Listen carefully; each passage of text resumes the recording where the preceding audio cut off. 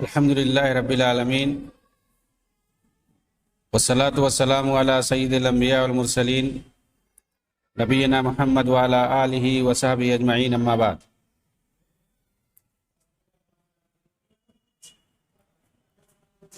اعوذ باللہ من الشیطان الرجیم، بسم اللہ الرحمن الرحیم۔ الرحمن علی العرش استوى، وقال النبی صلی اللہ علیہ وسلم قلب المؤمن بین اصبعین من اصابع الرحمن یقلب کیف یشاء۔ رب اشرح لی صدری ویسر لی امری واحلل عقدۃ من لسانی یفقہوا قولی۔ محترم سامعین کرام، ناظرین گرامی و دیگر احباب، مسلمان کی زندگی میں عقیدہ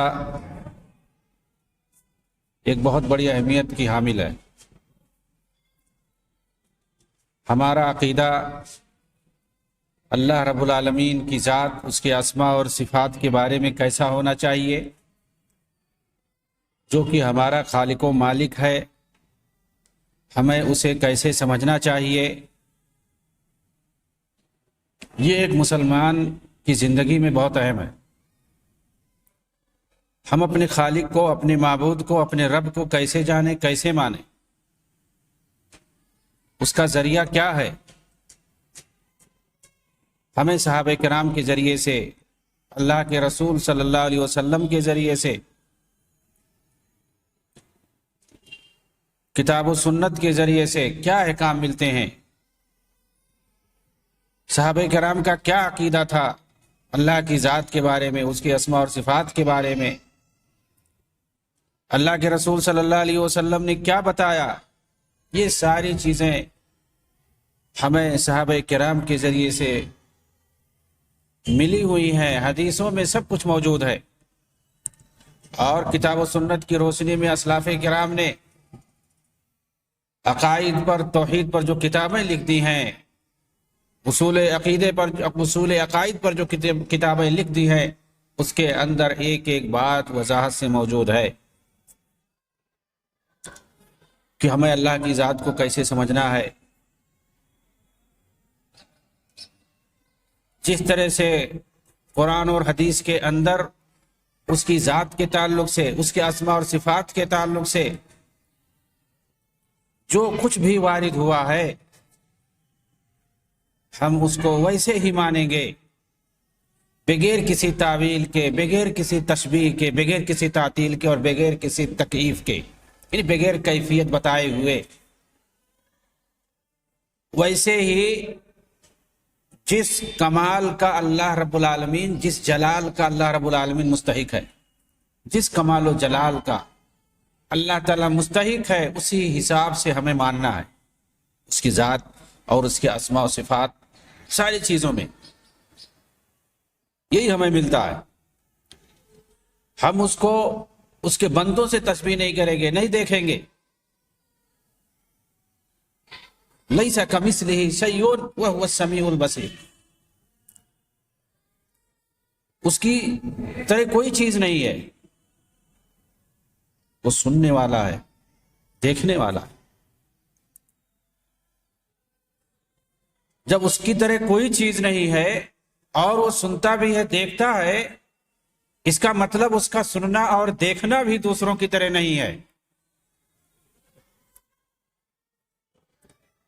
چنانچہ دیکھنا اور سننا یہ ثابت ہے، ہم یہ عقیدہ رکھیں گے کہ اللہ رب العالمین ہر چیز کو دیکھتا ہے، اللہ رب العالمین ہر چیز کو سنتا ہے، اس کی نظروں سے کوئی چیز اوجھل نہیں ہے، کوئی بھی آواز اس کے کان سے اوجھل نہیں ہے، ہر آواز وہ سنتا ہے۔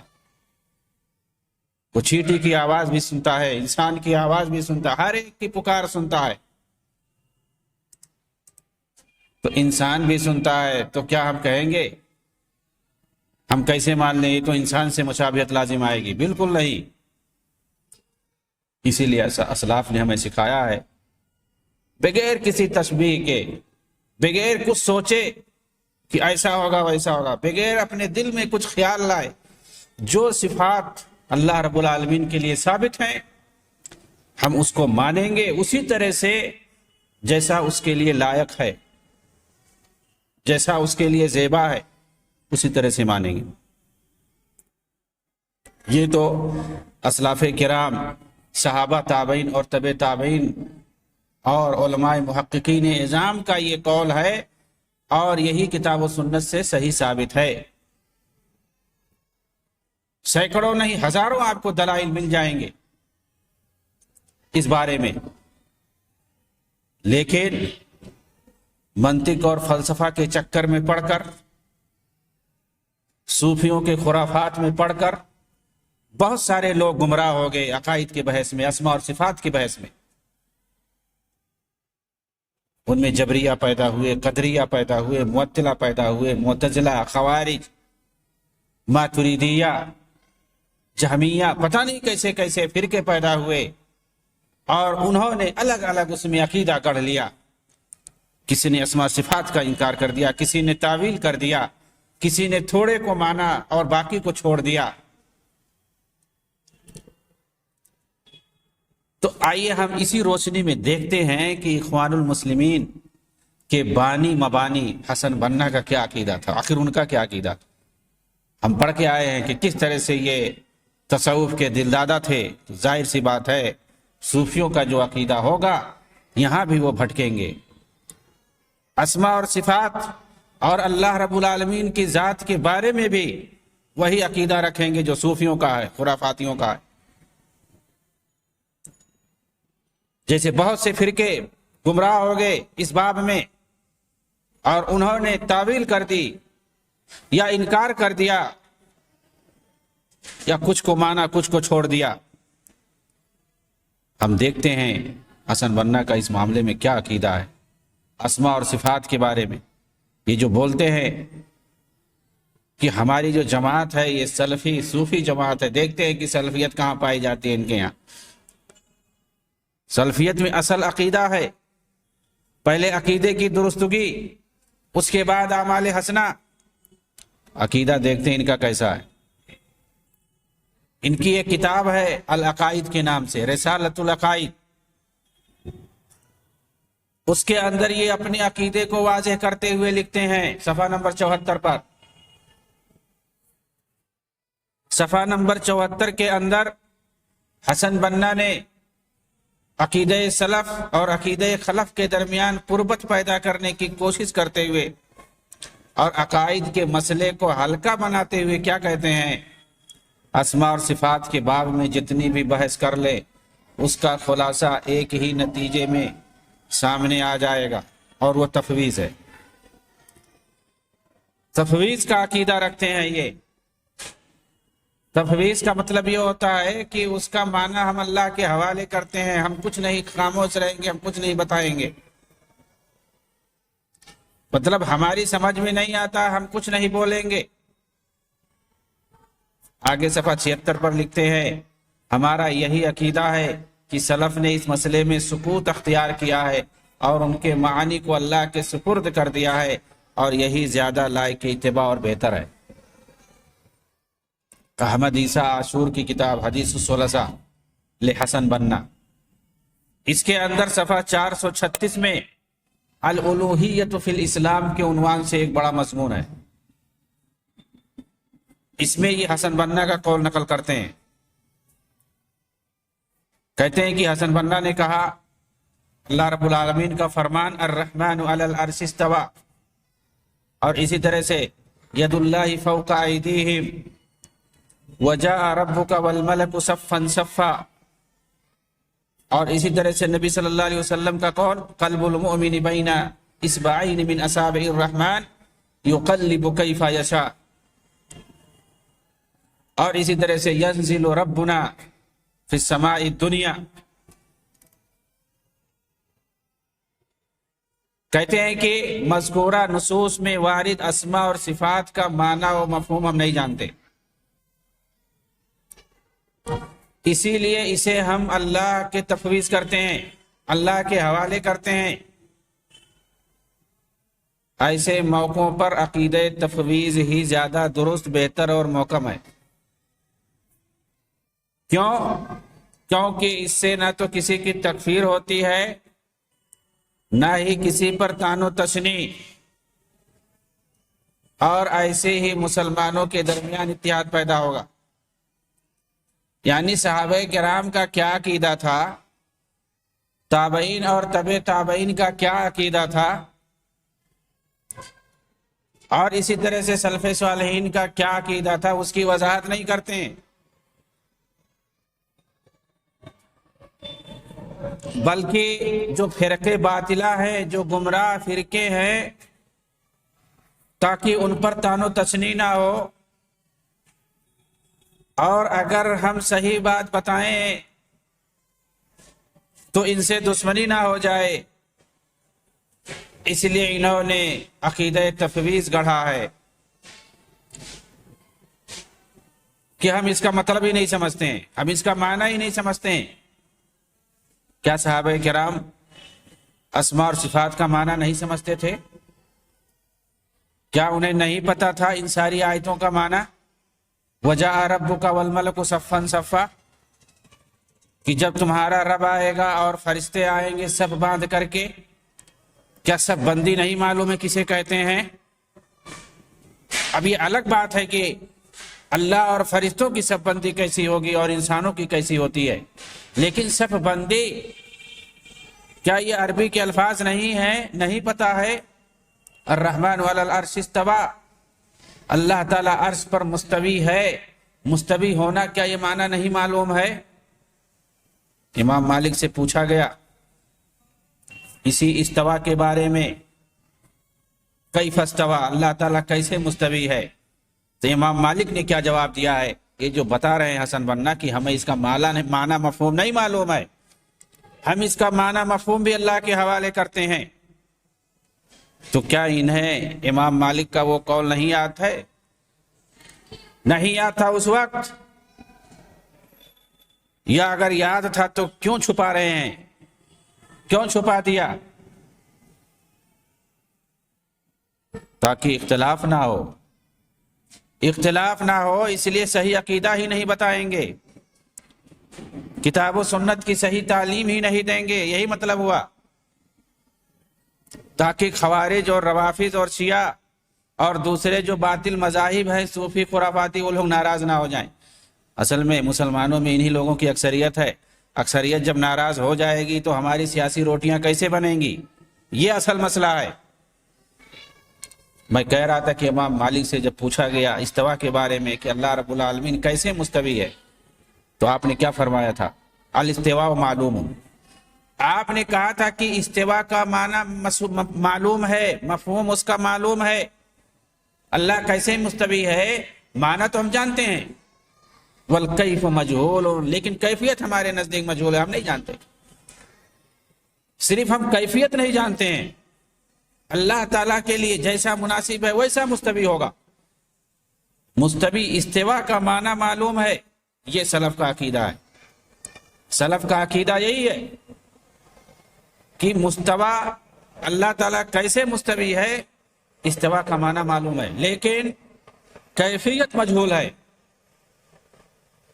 والایمان بہ واجب، اس پر ایمان لانا واجب ہے، استوا پر ایمان لانا واجب ہے۔ والسؤال عنہ بدعہ، اور ایسے مسائل میں سوال کرنا بدعت۔ تو امام مالک نے کیا کہا کہ استوا کا معنی معلوم ہے البتہ کیفیت مجہول ہے، اور یہ کہہ رہے ہیں کہ اس کا معنی مفہوم ہم کچھ نہیں جانتے ہیں، غیر معلوم ہے۔ اس میں انہوں نے اس آیت کو بھی ذکر کیا، اس آیت کا بھی انہوں نے ذکر کیا کہ ینزل ربنا الی السماء الدنیا، صحیح بخاری کی روایت ہے یہ، اللہ کے رسول نے فرمایا کہ ہمارا رب دنیاوی آسمان پر اترتا ہے، ڈیلی اترتا ہے، ثلث اخیر میں، رات کے آخری پہر میں اللہ رب العالمین اترتا ہے، نزول فرماتا ہے دنیاوی آسمان پر۔ تو نزول جو ہے یہ معلوم ہے، اترنا، نازل ہونا، اس کا معنی مفہوم معلوم ہے لیکن کیفیت مجہول ہے، اور یہ کہہ رہے ہیں کہ ہمیں معنی ہی نہیں معلوم ہے، ہمیں اس کا مطلب ہی نہیں معلوم ہے۔ جب مطلب ہی نہیں معلوم ہے تو کوئی پوچھے گا ہی نہیں. تو عقیدے کو اس طرح سے انہوں نے گنجلک کر کے تفویض کا ایک صورت نکالی ہے کہ ہمیں اس کا معنی نہیں معلوم ہے، ہمیں اس چکر میں پڑھنا ہی نہیں ہے. حالانکہ علامہ ابن تیمیہ رحمۃ اللہ علیہ نے اپنی معرکۃ الآراء کتاب درء تعارض العقل والنقل، اس کے جلد نمبر 1 صفحہ 2201، اس کے اندر لکھتے ہیں کہ کتاب و سنت کے مخالف رائے رکھنے والوں کا عقیدہ یا تو تعویل کا ہے یا تفویض کا ہے. مطلب اگر کوئی تفویض کا عقیدہ رکھتا ہے اور یہ کہتا ہے کہ اس کا مطلب ہمیں نہیں معلوم ہے، حالانکہ عربوں کے ہاں اس کا معنی مطلب سب معلوم ہے،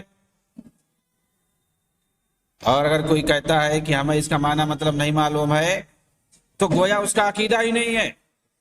کہتا ہم اس کو حوالے کر دیتے ہیں اللہ کہ ہمیں اس کا معنی نہیں معلوم ہے، تو گویا وہ عقیدہ رکھتا ہی نہیں ہے. اگر قرآن کے اندر ہے وہ السمیع البصیر، اللہ تعالیٰ سنتا ہے، اللہ تعالیٰ دیکھتا ہے.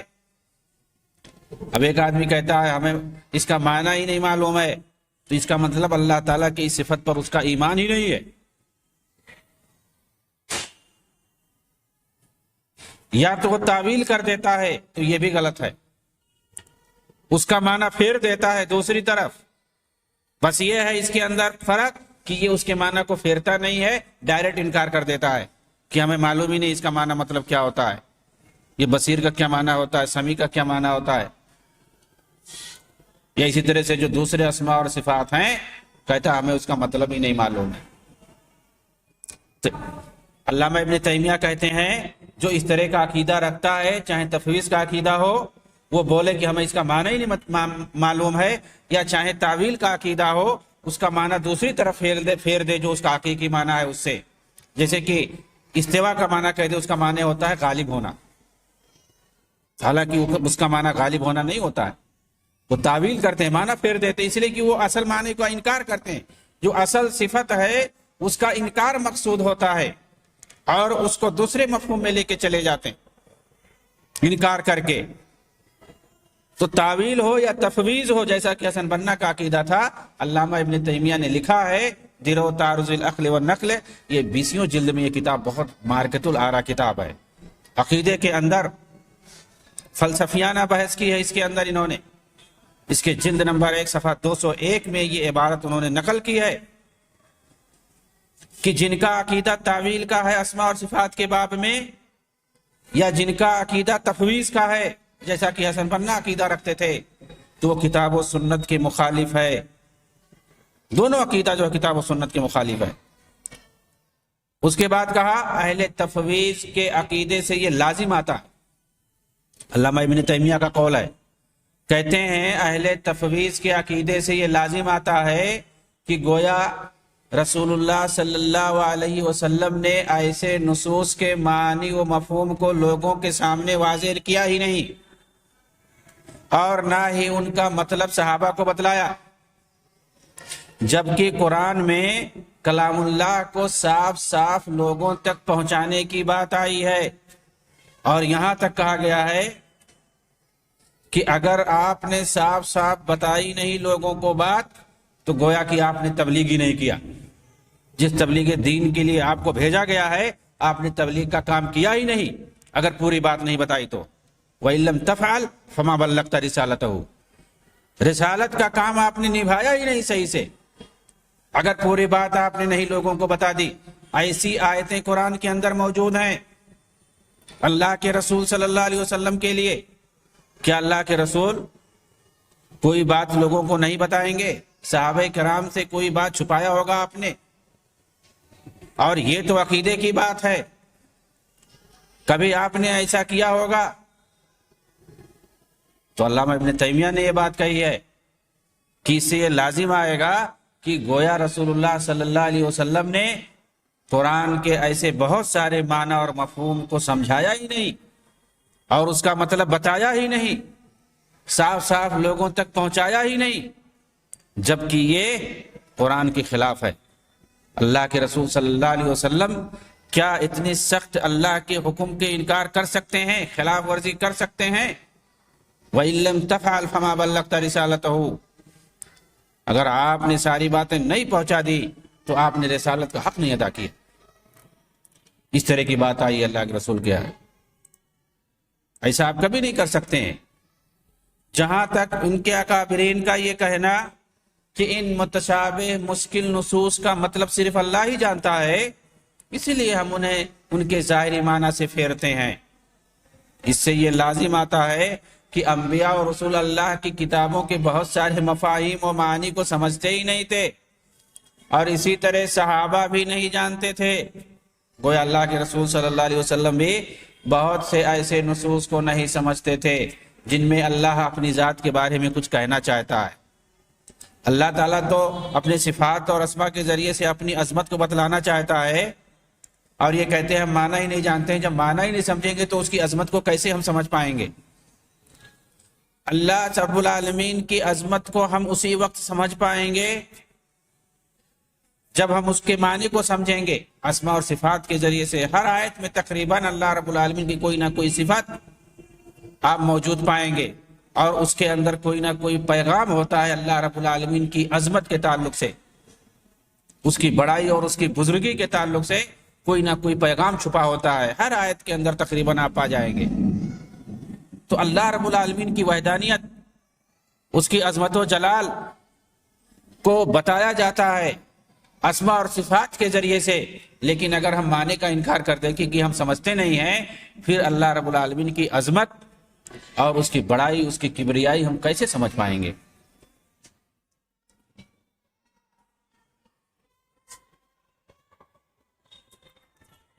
معلوم رہے کہ یہ خود قرآن اور انبیاء کی ذات میں قدح اور طعن و تشنیع ہے۔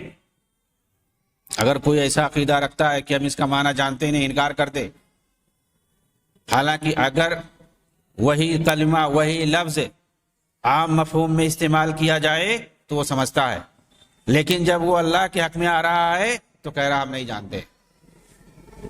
وہی لفظ اگر دوسرے سیاق میں استعمال کیا جائے تو یہ کبھی نہیں انکار کرے گا کہ میں اس کا معنی نہیں جانتا ہوں، لیکن جب اللہ رب العالمین کے اسماء اور صفات کے سیاق میں وہی عبارت آتی ہے، وہی الفاظ آتے ہیں، تو کہتا ہم نہیں جانتے ہیں۔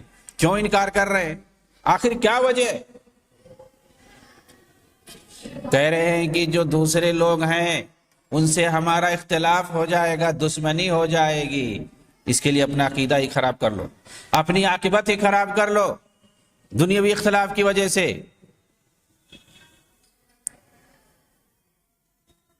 کہہ رہے ہیں کہ قرآن اور انبیاء کی ذات میں قدح اور طعن و تشنیع ہے۔ اگر جو ایسا کوئی عقیدہ رکھتا ہے تعویل کا یا تفویض کا، کیونکہ اللہ تعالیٰ نے تو قرآن کو لوگوں کے لیے ہدایت کا ذریعہ اور اسے واضح اور آسان بنا کر نازل کیا تھا، اور رسول اللہ صلی اللہ علیہ وسلم کو حکم دیا تھا کہ اسے کھول کھول کر لوگوں تک پہنچا دیں اور اس کی ہر بات لوگوں کو بتا دیں۔ مزید اللہ تعالیٰ نے قرآن میں غور و فکر اور اس کے ہر لفظ پر سوچنے اور سمجھنے کا حکم دیا ہے، جس میں سب سے پہلے اللہ تعالیٰ کے اسماء اور صفات ہی آئیں گے۔ قرآن کے اندر جو غور و فکر کرنے کی بات آئی ہے، سب سے پہلے اسماء اور صفات میں ہمیں غور کرنا ہے، اس کے معنی اور مفہوم میں غور کرنا ہے، تاکہ اس کے ذریعے سے اللہ رب العالمین کی عظمت اور اس کی بڑائی اور کبریائی کا پتہ چلے، اور اس کے سامنے ہم اپنے آپ کو اتنی ہی زیادہ حقیر اور کمزور سمجھیں، جس کی وجہ سے ہم اللہ رب العالمین کی اطاعت اور اس کی تابعداری اور اس کی عبادت کر سکیں گے۔ ہمارے دل میں اس کا خوف بیٹھے گا۔ جتنی زیادہ عظمت ہمارے دلوں میں پیدا ہوگی اللہ رب العالمین کی، اتنی زیادہ اس کا خوف ہمارے دلوں میں پیدا ہوگا، خشیت الہی ہمارے دلوں میں پیدا ہوگی۔ اگر اسماء اور صفات کے معنی کا ہم انکار کر دیں گے یا کہیں گے ہم اس کو کچھ جانتے ہی نہیں ہیں، تو کہاں سے ہم اس کی عظمت سمجھ پائیں گے اور کہاں سے ہمارے دل میں خوف پیدا ہوگا؟ تو اس سے آخر کیا لازم آتا ہے؟ قرآن نے تو کہا ہے کہ غور و فکر سے کام لو، اسماء اور صفات کے اندر غور و فکر کرو، اور یہ کہہ رہے ہیں کہ ہم معنی ہی نہیں جانتے تو غور و فکر کہاں سے کریں گے؟ غور و فکر کیوں کرنے کے لیے کہا گیا ہے؟ تاکہ بندہ ان کا مطلب، مفہوم اور ان کی عظمت سمجھ کر اپنے خالق کی عظمت کا اندازہ لگا سکے۔ کیا ایسا ممکن ہے کہ آپ کو کسی ایسے شخص کی طرف کوئی پیغام دیا جائے جسے آپ جانتے ہی نہ، اور نہ ہی آپ اس کے بارے میں معلوم کریں، اور نہ ہی اس کے بارے میں آپ معلوم کریں؟ واضح ہوا کہ اہل تفویض جو اپنے آپ کو کتاب و سنت کا پیروکار اور سلف کا نائب سمجھ رہے ہیں، وہ خود اہل بدعت اور منکرین صفات میں سے ہیں۔ تو تفویض ہو یا تعویل ہو، دونوں سے لازمی نتیجہ انکار نکلتا ہے اسماء اور صفات کا۔ یقیناً اہل تفویض سب سے برے بدعتی اور گمراہ ہیں، کیونکہ ان کے عقیدے کے مطابق تمام صفات کا انکار اور کتاب و سنت کے نصوص کا بھی انکار لازم آتا ہے۔ اور یہ لوگ بلا شبہ جہمیہ کی طرح ہیں۔ یہ لوگ جو مفوضہ ہیں، جن کو اہل تفویض کہتے ہیں، اور حسن بنا نے جیسا کہ واضح طور پر رسالۃ العقائد کے اندر لکھا ہے کہ ہمارا عقیدہ تفویض کا ہے، انہوں نے صاف کہہ دیا، ہم اس کے اندر بحث نہیں کریں گے کیونکہ دوسرے لوگ ناراض ہو جائیں گے، دوسرے لوگوں سے دشمنی ہوگی ہماری۔ تو کہہ رہے ہیں کہ یہ لوگ بلا شبہ جہمیہ کی طرح سے ہیں، جیسا کہ امام احمد بن حنبل اور امام ابو زرع، امام ابو حاتم رازی وغیرہ نے کہا، جو کہ سب کے سب اہل سنت والجماعت کا امام شمار ہوتا۔ ان لوگوں کا کیا کہنا ہے؟ یہ بڑے بڑے کبار ائمہ سلف ہیں، امام احمد بن حنبل، امام ابو زرع رازی اور اسی طرح سے امام ابو حاتم، کہتے ہیں کہ اہل تفویض جو ہیں یہ جہمیہ کی طرح سے ہیں، اور جہمیہ کے بارے میں معلوم ہے کہ یہ گمراہ اور بھٹکا ہوا ایک فرقہ ہے عقائد کے مسائل میں۔ کہتے ہیں کہ واقفہ نے جب دیکھا کہ اہل سنہ قرآن کو مخلوق نہیں مانتے بلکہ اللہ کا کلام مانتے ہیں، اور جہم اور اس کے زندیق پیروکار قرآن کو مخلوق مانتے ہیں، تو یہ کہنے لگے ہم نہ یہ کہیں گے کہ قرآن مخلوق ہے اور نہ یہ کہیں گے کہ غیر مخلوق ہے۔ تو یہ واقفہ کا حال ہے، یہ بھی ایک فرقہ ہے۔ اہل سنت والجماعت کا عقیدہ ہے کہ قرآن غیر مخلوق ہے، اور جہمیہ کا عقیدہ ہے، معتزلہ کا عقیدہ ہے کہ مخلوق ہے۔ بیچ میں ایک دوسرا فرقہ آ گیا، اس نے کہا کہ ہم دونوں نہیں مانیں گے، ہم نہ یہ کہیں گے کہ مخلوق ہے، نہ ہم یہ کہیں گے کہ غیر مخلوق ہے۔ چنانچہ یہ بھی بھٹکا ہوا ہے۔ یہی حال مفوضہ کا، اہل تفویض کا ہے کہ جب انہوں نے اہل سنت کو دیکھا، انہوں نے جب سلف صالحین کو دیکھا کہ وہ اسماء اور صفات کو اسی طرح ثابت کرتے ہیں جس طرح رسول اللہ صلی اللہ علیہ وسلم نے، آپ کے صحابہ نے ثابت کیا ہے، جیسا اللہ تعالیٰ نے چاہا تھا، اور دیکھا کچھ لوگ اسماء اور صفات کے اندر تعویل، تحریف، تشبیہ اور تمثیل سے کام لیتے ہیں، تو یہ کہنے لگے، یہ مفوضہ اہل تفویض کہنے لگے اسماء اور صفات کے باب میں دیکھا دو لوگ ہیں، اختلاف ہے، کچھ لوگ ہیں جو انکار کرتے ہیں، کچھ تعویل کرتے ہیں، کچھ تحریف، تشبیہ اور تمثیل کرتے ہیں، اور کچھ لوگ ہیں جو اس کو ویسے ہی مانتے ہیں جیسے لوگ مانتے ہوئے چلے آئے ہیں سلف سے لے کر کے آج تک، اللہ کے رسول سے لے کر کے صحابہ، تابعین، تبع تابعین، جیسا مانتے چلے، یعنی ثابت کرتے ہیں کہ جو قرآن و حدیث میں جیسے آیا ویسے ہم مانتے ہیں۔ دیکھا اور کچھ لوگ ویسا نہیں مانتے ہیں، اس کے معنی کو بدل دے رہے ہیں، تو یہ کیا کہنے لگے، ہم توقف اختیار کریں گے، نہ ان کے ساتھ رہیں گے نہ ان کے ساتھ رہیں گے۔ اس طرح کا عمل کہہ رہے ہیں کہ سراسر ان اہل شک اور اہل فتنہ کا عمل ہے جن کے بارے میں اللہ تعالیٰ فرماتا ہے بل ہم فی شک منہا بل ہم منہا عمون، وہ لوگ تو آخرت کے تعلق سے شک میں مبتلا ہیں بلکہ بالکل اندھے ہیں۔ سورہ نمل آیت نمبر 99۔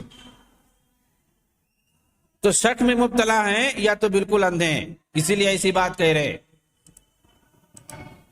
بالکل یہی حال حسن بنا اور ان کے مفوضہ ساتھیوں کا ہے۔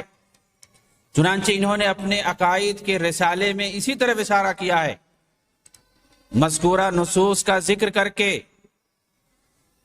انہوں نے یہی بات کہی ہے کہ ایسے موقعوں پر عقیدہ تفویض ہی زیادہ درست، بہتر اور محکم عقیدہ ہے۔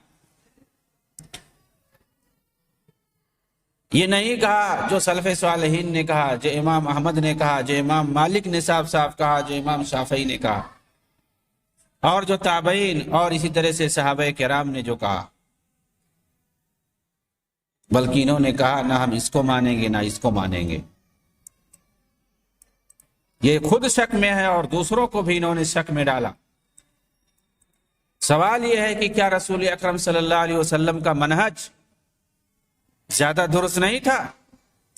کیا آپ کا عقیدہ زیادہ محکم نہیں تھا؟ کیونکہ حسن بنا کی طرح آپ تفویض کے قائل نہیں تھے، تو کیا آپ کا، آپ کے صحابہ کا، تابعین اور تبع تابعین، پھر تمام اہل سنت اور سلف صالحین کا عقیدہ آپسی پھوٹ اور تفریق پیدا کرنے کا ذریعہ تھا؟ سبحانک ھذا بہتان عظیم۔ یہ حسن بنا نے جو فارمولہ نکالا ہے کہ ہم تفویض کا عقیدہ کیوں رکھتے ہیں، کیونکہ اگر ہم یہ عقیدہ رکھتے ہیں تو یہ لوگ ناراض ہوتے ہیں، اور اگر یہ عقیدہ رکھتے ہیں تو یہ لوگ ناراض ہوتے ہیں، اس لیے ہم بیچ والا راستہ اپنائیں گے، تفویض والا عقیدہ۔ ہم کہہ دیں گے کہ بھائی ہمیں اس کا معنی مطلب ہی نہیں معلوم ہے۔ تو یہ سوال کر رہے ہیں کیا صحابہ کرام اور تبع تابعین اور دیگر سلف صالحین نے جو عقیدہ رکھا اسماء اور صفات کے بارے میں، اللہ کی ذات کے بارے میں، اس کو ویسے ہی ثابت مانا بغیر کسی تعویل اور تحریف اور تشبیہ کے، تو کیا ان کا یہ عقیدہ رکھنا آپس میں پھوٹ ڈالنے والا تھا؟ کیا ان کے اس عقیدے سے مسلمانوں میں تفریق ہوا ہے؟ یا جو غلط عقیدہ رکھتے ہیں ان کی وجہ سے اختلاف ہوتا ہے، ان کی وجہ سے پھوٹ پڑتا ہے، اور ان کی وجہ سے فرقہ بندی ہوتی ہے؟ جو بھی غلط عقیدہ نکالے گا یا نیا عقیدہ کوئی نکالے گا، اس کا اپنا الگ فرقہ بنے گا، اور تمام فرقے ایسے ہی بنے ہیں۔ سب سے پہلے کیسے شیعہ روافض بن گئے؟ انہوں نے کچھ الگ عقیدہ صحابہ کرام سے رکھ لیا۔ کیسے خوارج پیدا ہو گئے؟